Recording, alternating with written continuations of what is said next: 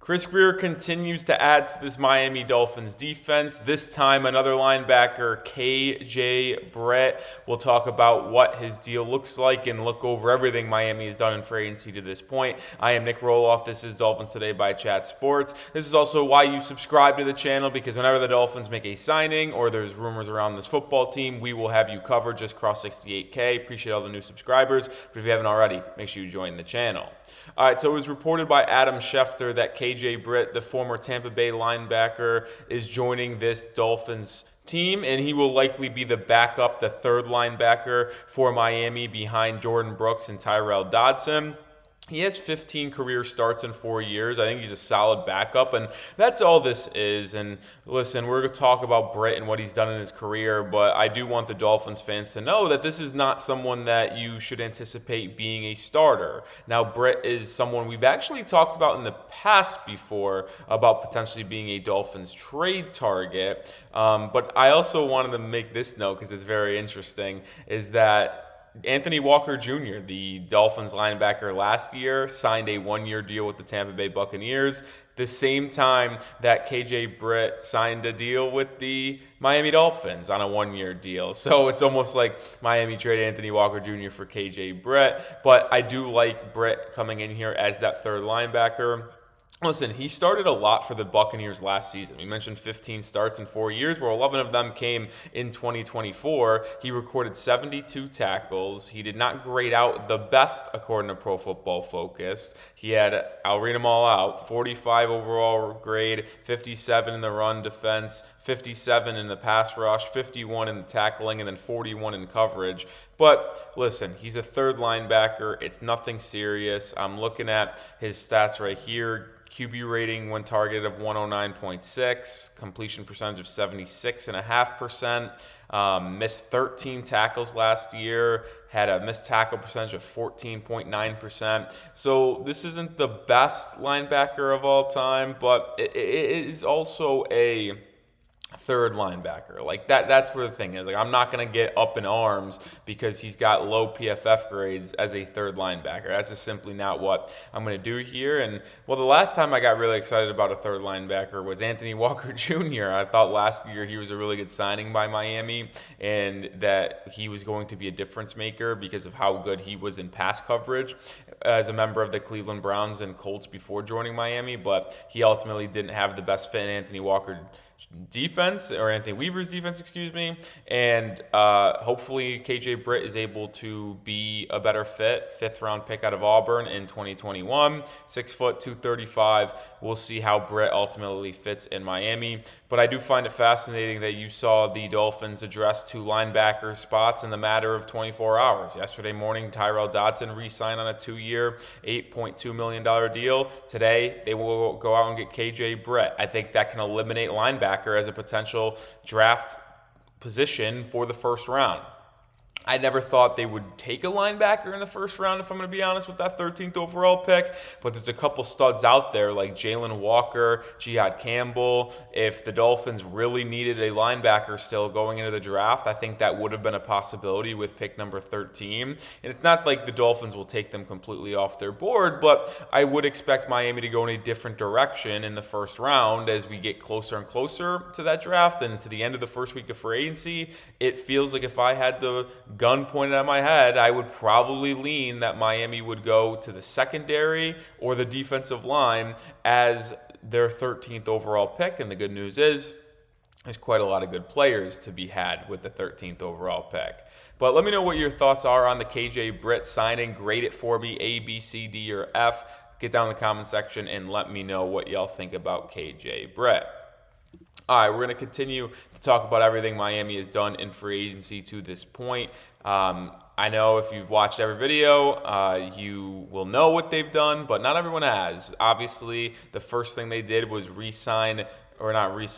go out and get Zach Wilson, the quarterback from the Denver Broncos, former number 2 overall pick from the Jets, to be the backup for Tua Tagovailoa next season. 1 year, $6 million with up to $10 million in incentives, but I doubt that he ultimately gets to that number. Hopefully he won't, because Tua plays all 17 games.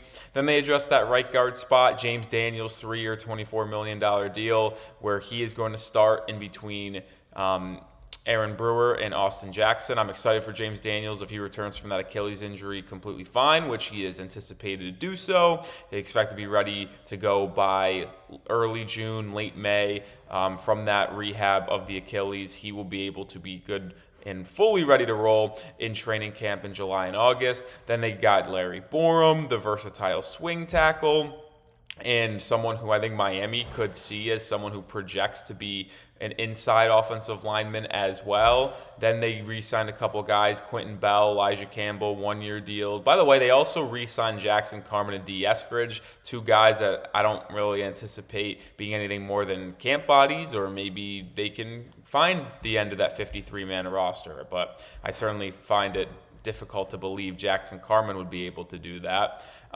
They obviously went out and got a couple safeties. Ashton Davis from the New York Jets on a one-year deal, and then Ifeatu Melifonwu, a one-year deal from the Detroit Lions. Now, we've talked in depth about what this probably means for Miami in terms of having two safeties join Elijah Campbell and Patrick Morris in that room. They've got four guys under contract on standard deals right now that I think will all be on the roster when we are talking the final 53-man. And I would expect Miami to draft one in the first 3 rounds, whether it's in round 1, Jahdae Barron, Nika Manwari, or Malachi Starks. In the second round, they can go to Xavier Watts from Notre Dame as a potential option, Andrew Makuba from Texas, Jonas Sanker from Virginia, Kevin Winston from Penn State, and Sebastian Castro from Iowa are all names that I have an eye on potentially for the Miami Dolphins in the draft. They have made a couple signings, obviously Tyrell Dodson, and now with KJ Britt. So they've been relatively active in free agency, grabbing guys on cheap one-year contracts, 2-year deals that haven't been that much. The biggest contract they've given out to this point is James Daniels' 3-year, $24 million contract, and I still don't even think that is a big-time payday. We looked at his contract details on yesterday's show. If you didn't see it, go watch yesterday's video. But he only has a cap hit of $3.9 million this season, and it's not like Miami is married to James Daniels over the next 2 seasons either. His cap number is 9.8 in the next 2 years, but the Dolphins could only take on $4 million in dead cap next season and $5.2 million if they cut him before June 1st next season. And if you go into that final year, it's a $7.2 million cap saving and only $2 million in dead cap. So James Daniels' contract, the largest one given out, isn't even something that Miami is absolutely married and has to stick with for the entire 3-year deal. But I do expect him to be someone that is very good for the Miami Dolphins because he's just a perfect fit, good run blocker. We talked about it. He is perfect for zone schemes that Miami runs and employs, and I am excited to see James Daniels slotted into that right guard role. We'll see if Miami ultimately goes on to get to left guard. One option for Miami that was in free agency that I was clamoring about, off the board, Kevin Zeitler from the Detroit Lions. He signed a 1-year, $9 million deal yesterday in free agency, which I thought that was more money than expected. I thought he was going to get 1 for 5, 1 for 6, somewhere in that range. Got 1 for 9. Some other targets that are still out there. If you want to sign a left guard to be a starter before the draft, there still is Mekhi Becton, Will Hernandez, Brandon Scherf. There's also Tevin Jenkins is an option as well. Don't know if Miami is going to go address that left guard spot anymore in free agency. Dolphins still have around $10 million. We'll see what the contract details are with Britt and some of these other players like Tyrell Dodson. But going into the signing of Britt, it was projected to have around $9 to $10 million in cap space still. Still a lot of needs. Boundary corner is desperate right now. The Dolphins still only have 1 defensive lineman on their roster, that being Zach Sealer. I think they're still waiting to see what Calais Campbell ultimately does, if he retires, if he returns. Either way, we know Miami and Chris Grier wants to have Campbell back. I want Calais Campbell to be back on a 1-year deal desperately, because then that would allow you to draft a defensive lineman in rounds 2 or 3, not force one in round 1, and then go and have him learn behind one of the best veterans in the entire NFL on the defensive line in Calais Campbell, and then hopefully he would take over next to Zach Sealer after that in 2026. So to me, Calais Campbell honestly is the number one priority. I've talked about cornerback being a big need. I think the number one priority, can you get Calais Campbell back? And if you get Calais Campbell back, well, then now we start to talk about finding another left guard potentially, grabbing a corner, as there are still some names out there. Rasul Douglas is still out there. Asante Samuel Jr. is still out there. One of our targets, Jonathan Jones, off the board of the Commanders yesterday, but you still got guys like Stephon Gilmore out there. Maybe if this drags out for another month or two, you can bring back Kendall Fuller. That's always an option as well.